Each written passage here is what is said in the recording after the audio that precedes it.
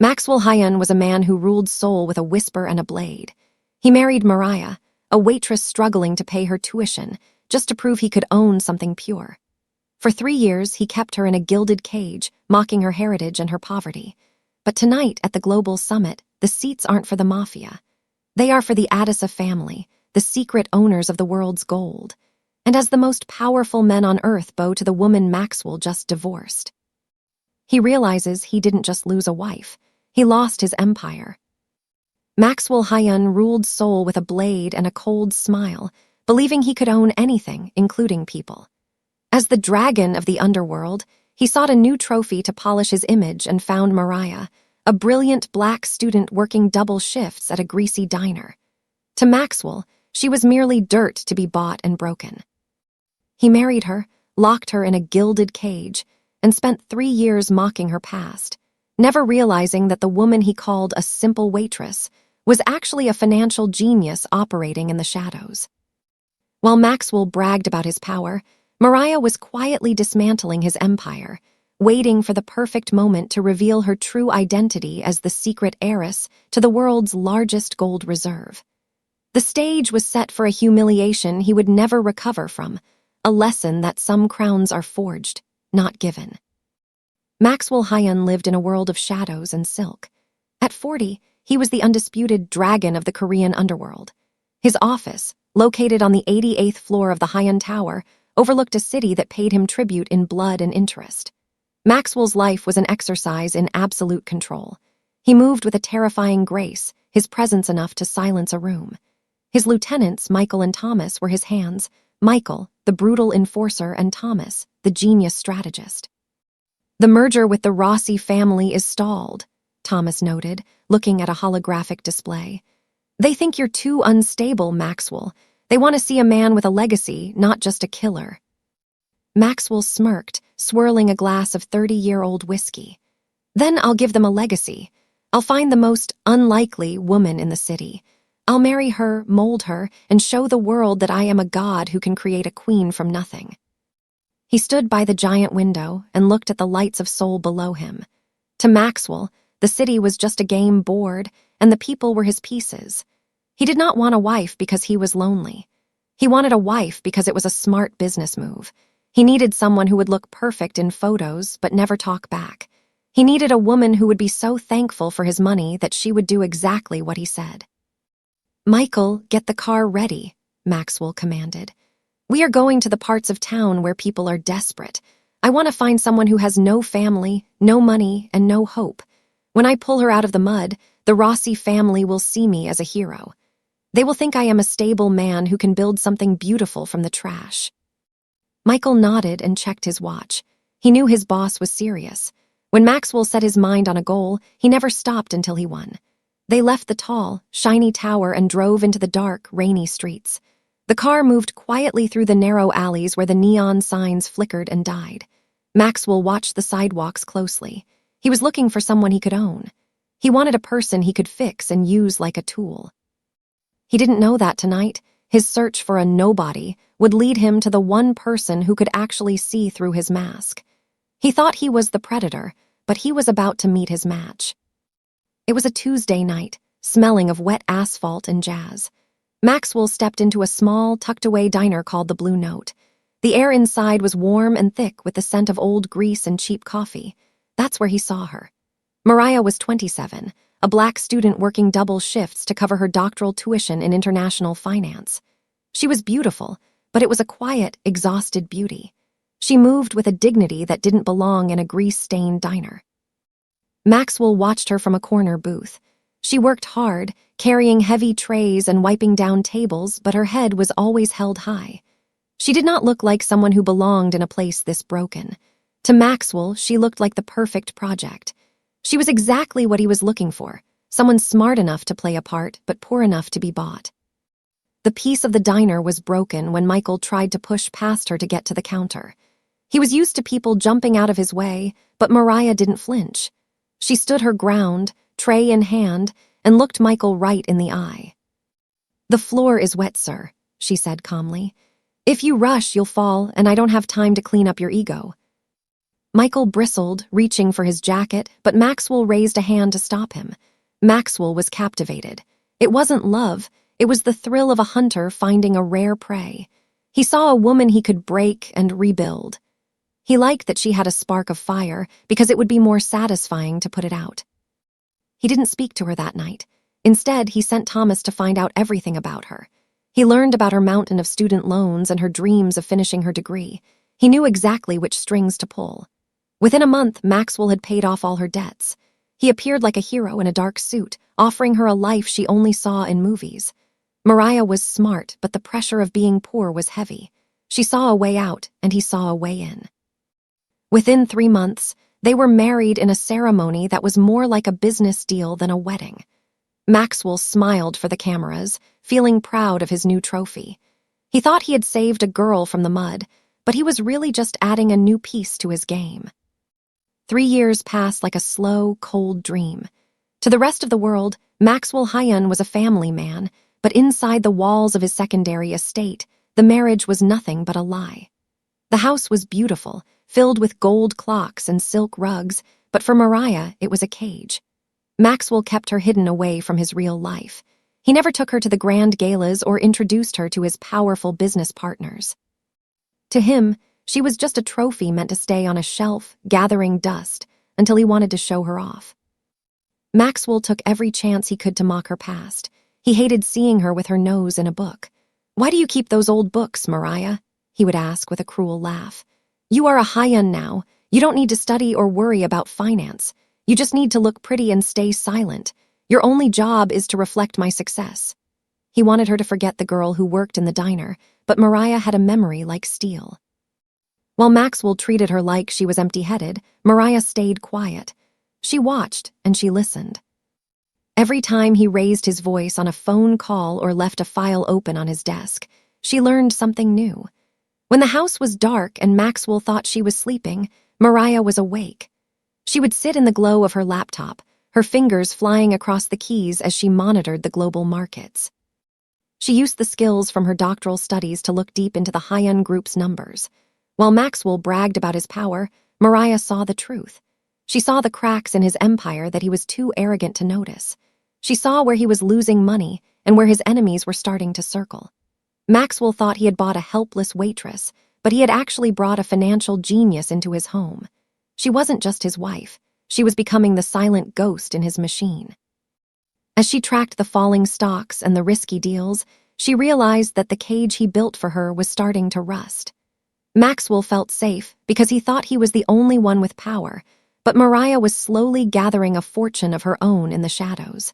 She was no longer just waiting to be saved. She was waiting for the right moment to strike. The pressure on Maxwel began to grow as the Rossi family started asking questions. They were tired of hearing stories about a mystery wife and demanded a meeting to see the waitress queen for themselves. This made Maxwel nervous.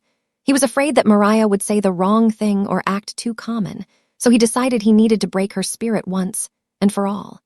He wanted to make sure she knew her place before she stepped into a room full of powerful people. To do this, he invited his loyal men, Michael and Thomas, over for a private dinner at the estate. But Mariah was not invited to sit at the table.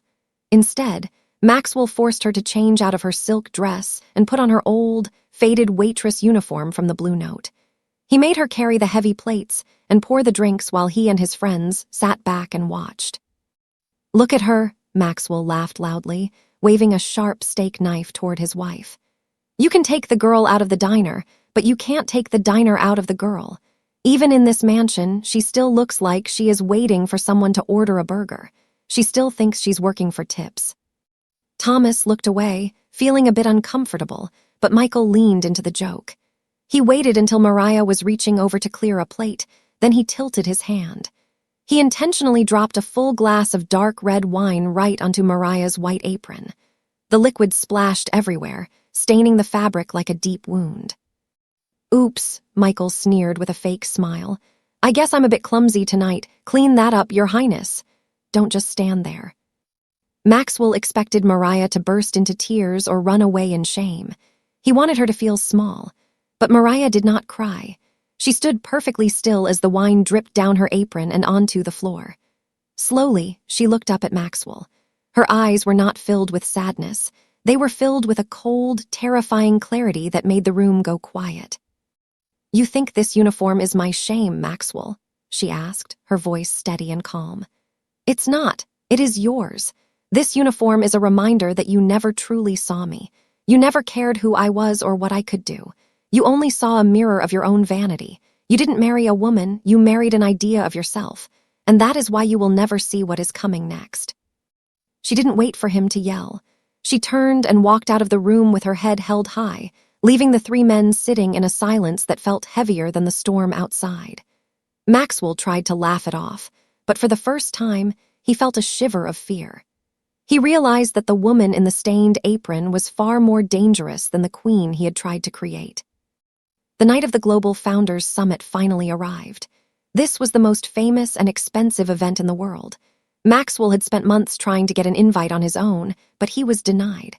Only the top 10 richest people on Earth were allowed to enter. Maxwel was powerful in the underworld, but in this room, he was a nobody. Still, he was determined to be seen. He managed to find a way in as a guest of a minor business partner. Maxwel dragged Mariah along, but he didn't want her there for support. He had a cruel plan. He intended to use the night to tell everyone he was getting a divorce. He wanted to upgrade to a woman from the Rossi family, someone he thought was more on his level. As they walked into the grand ballroom, the gold lights and giant chandeliers made everything look like a dream. Mariah stood quietly by his side, her face like stone, while Maxwel smiled and shook hands with billionaires and world leaders. Suddenly, in the middle of the crowded room, Maxwel grabbed a glass and tapped it with a spoon. He wanted everyone's attention. When the music stopped and the important guests turned to look, Maxwel's voice boomed across the floor. "Ladies and gentlemen," Maxwel said, his eyes shining with fake sadness, "I have a confession to make to you all. 3 years ago, I tried to do a good deed. I tried to save a soul from the gutter. I married a simple waitress, thinking I could make her one of us." He looked at Mariah with total disgust. The guests began to whisper and point. Mariah did not move. She stood in the center of the spotlight as Maxwel continued to tear her down. "But I have learned a hard lesson," Maxwel shouted. "A dragon cannot fly with a heavy stone tied around his neck. You cannot turn dirt into gold. Tonight, I am releasing Mariah back to the world where she belongs. She is no longer a part of my life or my empire." With a flick of his wrist, he reached into his jacket and pulled out a thick envelope. He tossed the divorce papers onto Mariah's lap. They slid across her dress and hit the floor. The entire ballroom went silent. The most powerful people in the world stared in shock, not at Mariah, but at the man who was being so cruel. Maxwel stood tall, waiting for people to clap for his honesty, but the air in the room suddenly felt very cold. He thought he had just won the game, but the silence was the sound of his world about to break. He had no idea that the stone he just threw away was actually the only thing keeping him from falling. The silence in the room was heavy, but it did not last long. Suddenly, the giant oak doors at the back of the ballroom burst open with a loud bang. A long line of royal guards in midnight blue uniforms marched into the hall. Their boots clicked perfectly on the marble floor, and they carried themselves with a power that made even the richest billionaires move out of the way. The music stopped instantly. The host of the summit, a man who had ignored Maxwel all evening, suddenly looked terrified. He ran toward the door, his hands trembling with excitement. "She has arrived," the host cried out, his voice shaking. "The Adisa heiress is finally here." Maxwel stood frozen, his mouth open. He looked toward the door, expecting to see a famous queen walk in. Instead, a man in a very expensive suit trimmed with real gold stepped forward. He was the chief counsel of the Adisa Global Reserve, the group that controlled more money than almost any country on Earth. The man did not look at the kings or the famous CEOs. He walked right past the stunned Maxwel as if he were invisible. The man stopped directly in front of Mariah. To everyone's total shock, he bowed so low that his head was only inches from the floor. The guards behind him all snapped to attention and bowed as well. "Lady Mariah Adisa," the man said, his voice echoing through the silent ballroom. "Your 3-year vow of humility is over. We have received the news that your father, the king of the gold reserves, has passed away. According to his will, you are now the sole governor of the entire Adisa fortune. The world's markets are waiting for your signature to begin." The guests gasped so loud it sounded like a rush of wind. Maxwel felt the blood drain from his face. The woman he had just called dirt was actually the most powerful person in the room. Mariah did not look surprised.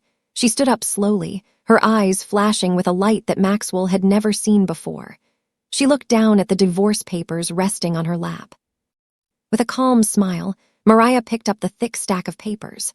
She looked Maxwel in the eye as she slowly tore the documents in half. The sound of the paper ripping was the only noise in the room. She leaned forward and dropped the torn pieces right into Maxwel's expensive champagne glass. The wine splashed onto his hand, but he didn't even blink. He was too busy watching his life fall apart while the waitress he had mocked became the queen of the world.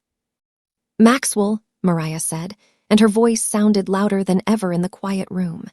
Every billionaire and world leader listened to her every word. "You wanted to know why I stayed. You thought I was trapped, but I was on a mission. My father wanted to see if I could survive in a world where I had nothing. He wanted to see if I could find a man who loved me for my soul and not just for my bank account." She stepped closer to him. Even though she was smaller, she seemed to tower over him like a mountain. Maxwel tried to speak, but no words came out. His face was pale and his hands were shaking. The power he thought he had was melting away like ice in the sun. "You failed, Maxwel," Mariah whispered, but everyone heard it. "You did not just fail as a husband. You failed as a human being. You looked at me every day for 3 years and saw nothing because you are blind to anything that isn't money. While you were busy laughing at my poverty and making me wear that old uniform, I was working in the dark. I wasn't just watching the markets, I was buying your life." Maxwel shook his head, his eyes darting around the room for help. But Michael and Thomas were standing perfectly still, looking at the floor. They knew the dragon had finally been caught in a trap he couldn't escape. "I own your tower, Maxwel," Mariah continued, her voice cold and sharp. "I own your ships that bring in your goods. I own the banks that give you loans. I even own the very suit you are wearing right now. I bought every piece of your debt while you were busy bragging to your friends." Suddenly, Thomas gasped. He grabbed his phone and stared at the screen, his face turning ghostly white. He looked up at Maxwel with pure terror in his eyes. "Maxwel, it's true," Thomas stammered. "The accounts, they are all being drained. The Hyun group is gone. We were just bought out. We are now just a small part of Adisa Global. Everything we built belongs to her now." Maxwel felt his knees grow weak. He looked at the woman he had tried to destroy and realized she was the one holding the leash. The man who thought he ruled Seoul was suddenly standing in a room full of people who saw him for what he really was, a man with nothing left. Mariah didn't look angry. She looked disappointed, which hurt Maxwel more than any punch ever could. Mariah did not say another word. She turned her back on Maxwel and walked toward the grand exit of the ballroom. Her long dress trailed behind her like a river of gold. The royal guards stepped into place around her, forming a wall of protection that no one dared to cross. Maxwel tried to run after her, shouting her name and begging for a second chance, but he didn't get very far. 2 large security guards blocked his path. "Sir, your guest pass has been canceled by the new owner of this building," one of them said. Maxwel looked around and realized that everyone was watching him with pity or disgust. He was no longer the dragon of Seoul. He was just a man who had been kicked out of his own life. The guards grabbed his arms and dragged him toward the door. As he was pulled away, he caught one last glimpse of Mariah. She did not look back. She was looking forward, ready to lead the empire that was always hers. Months passed, and the name Maxwel Hyun was forgotten by the high society of the city. The tall tower that used to have his name on it was now glowing with the Adisa Global logo. One cold, rainy Tuesday night, the door of a small, dim diner called the Blue Note swung open.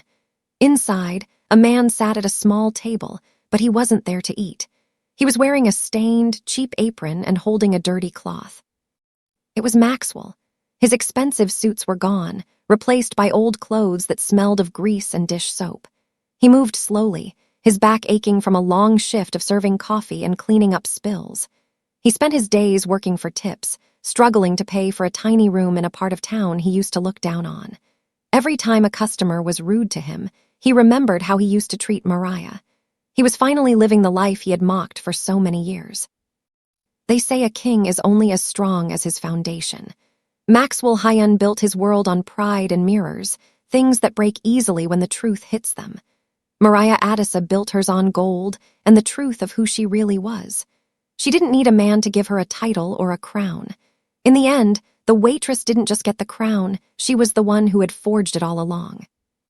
As the rain tapped against the window of the diner, Maxwel looked at his reflection in a cracked mirror and realized that the only thing he had left was the lesson he had learned too late. Subscribe for more cinematic stories of secret billionaires and ruthless karma. Don't miss our next shocking mafia boss reveal.